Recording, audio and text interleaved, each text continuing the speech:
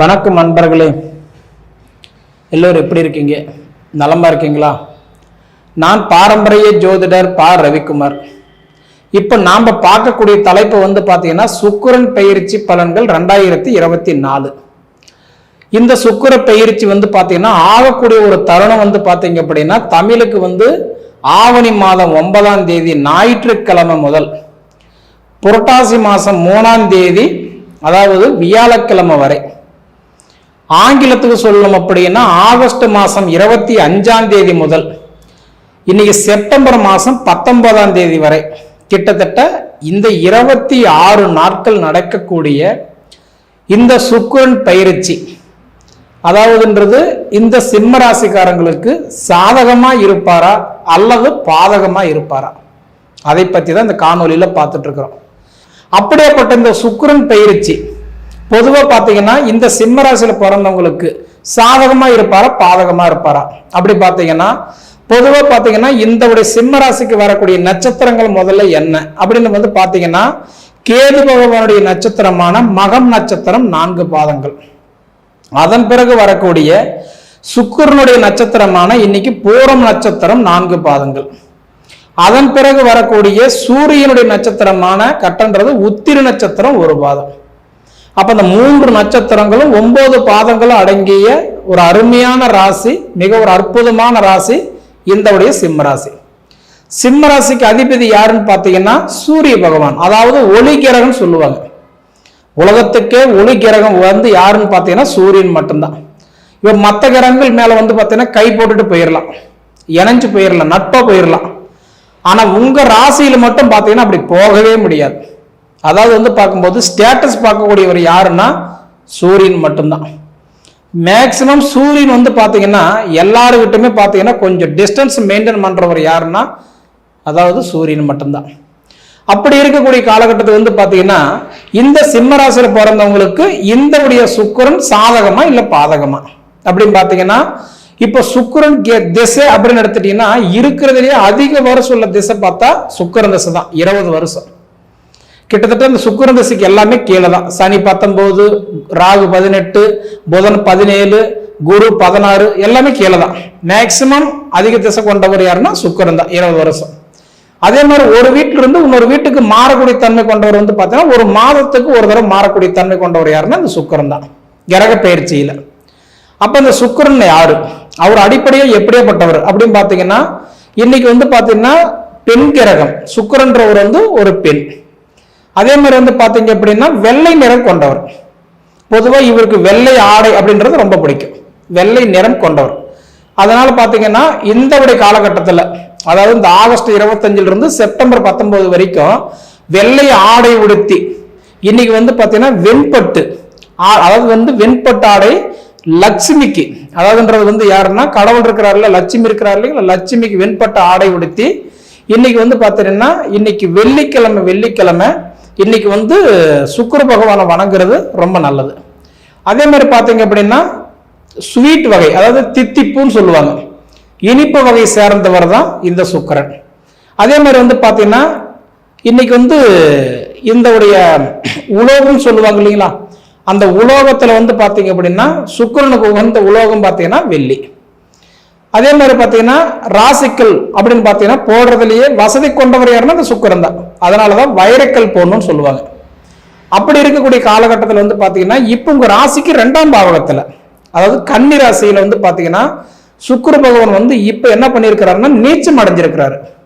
பொதுவா பாத்தீங்கன்னா ஒரு கிரகம் நீச்சம் அடைகிறார் அப்படின்னா இந்த சுக்கிர பகவான் கன்னி ராசியில மட்டும்தான் நீச்சம் அடைகிறார். ராஜபங்கம் நீச்ச யோகம்னு சொல்லுவாங்க. பொதுவா உங்க 2ஆம் இடத்துல, உங்க ராசிக்கு 2ஆம் இடத்துல நீச்சம் அடைகிறார். 2ஆம் இடம்ன்றது கல்வி ஸ்தானம், தனஸ்தானம், குடும்பஸ்தானம். அப்ப குடும்பத்துல ஒரு நீச்சம் அடைகிறார் அப்படின்னா என்னாகும், குடும்பத்துக்குள்ளார இருந்து வந்த சங்கடங்கள் ஏதோ ஒரு வகையில் பிரிவினைகள் இருக்கும். எனக்கு கருத்து வேறுபாடுங்க, நாங்க பிரிஞ்சிட்டோம், டைவர்ஸ் கூட அப்ளை பண்ணிட்டோம், இல்ல நாங்க ஒரு வீட்டுல தான் இருக்கிறோம், எங்களுக்குள்ளார ரொம்ப போராட்டமா இருக்குதுன்றீங்களா, ராஜபங்கம் நீச்ச யோகத்தை அடையக்கூடிய தருணம் இந்த ஆகஸ்ட் 25 இருந்து செப்டம்பர் 19 தேதி வரைக்கும். அப்ப இந்த டேட்டுக்குள்ளார பாத்தீங்கன்னா உங்க ஜாதகத்துல திசா புத்தி மட்டும் நல்லா இருந்துட்டா போதும், உங்களை சேர்த்து வச்சிருவாரு. அதே மாதிரி வந்து பாத்தீங்க அப்படின்னா தனஸ்தானம், தனம் அப்படின்னா பணம். சுக்கிரன் யார் அப்படின்னா அதாவது வந்து பணக்கார கடவுள் சொல்லுவாங்க. அதுக்குதான் ஏதாவது நம்ம வாங்கிட்டுன்னு வச்சுக்கோங்களேன், பாக்குறவங்களுக்கு என்ன சொல்லுவாங்க, உனக்கு என்னப்பா சுக்கிரன் திசை அடிச்சிருச்சுன்னு சொல்லுவாங்க. ஆனா அந்த சுக்கிரன் யாருன்னா ஒரு மனுஷனுக்கு திடீர்னு அதிர்ஷ்டம் கொடுக்குறாருன்னா அது யாருன்னா சுக்கிரன் மட்டும்தான். சும்மாவே உட்காந்துட்டு இருப்போம், ஏதோ ஒரு யோசனையில் பாருங்க, ஏதோ ஒரு பொருள் எடுத்துட்டு வந்துருவோம், ஏதோ ஒரு மாத்திருவோம், ஒரு பொருள் வண்டி வாகனம் கூட மாத்திட்டு வந்துருவோம். திடீர்னு பார்த்தீங்கன்னா ஏதாவது இது மாதிரி ஒரு விசேஷங்கள் நம்ம வீட்டில் நடந்துடும். அதுக்கெல்லாம் காரணம் யாருன்னா சுக்கிரன் தான். அதுக்காக தான் வந்து பார்த்தீங்கன்னா ஒரு ஜாதகம் கொண்டு போய் ஒரு ஆண் ஜாதகம் கொடுத்தீங்கன்னா குரு வந்து அடிப்படையை வச்சு சொல்லுவாங்க. அதே ஒரு பெண் ஜாதகம் கொண்டு போய் கொடுத்தீங்கன்னா சுக்கிரன் அடிப்படையை வச்சு சொல்லுவாங்க. உலகத்துல எல்லா பெண்களுடைய ஜாதகத்தையும் பார்க்கும்போது எந்த ஒரு ஜோசியராக இருந்தாலும் சுக்கிரனை வச்சுதான் பார்ப்பாங்க.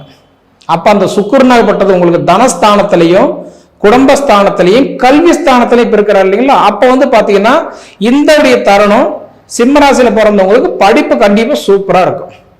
இதுக்கு முன்னாடி படிச்சாங்க, மைண்ட்ல ஏறல, விளையாட்டுத்தனமா இருந்துட்டாங்க. அப்ப இதுக்கு மேல நல்லா இருக்குமா? நிச்சயமா படிப்பு நல்லா இருக்கும். சரிங்களா? அப்படி படிப்பு காலம் நல்லா இருக்கும் போது இந்த அதாவது சிம்ம ராசியில பிறந்தவங்களுக்கு கல்வி நல்லா இருக்கும். அதே மாதிரி பாத்தீங்க அப்படின்னா சிம்ம ராசிக்கு வந்து சூரியன் வந்து பாத்தீங்கன்னா பகை கிரகம்.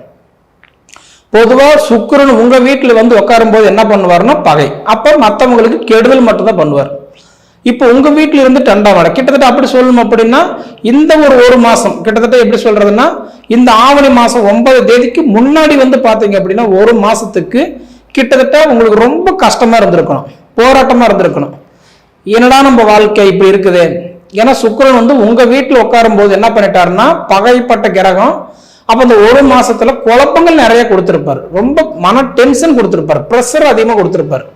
சரிங்களா? இப்ப உங்க வீட்டுல இருந்து பாத்தீங்கன்னா உங்க வீட்டுல இருந்து தான் கன்னி ராசிக்கு போயிருக்கிறாரு.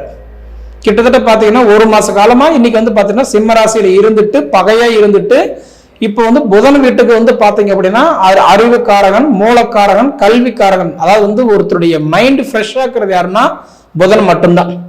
அவருடைய வீட்டுல போய் உட்கார்ந்துருக்கிறாரு கன்னி ராசியில.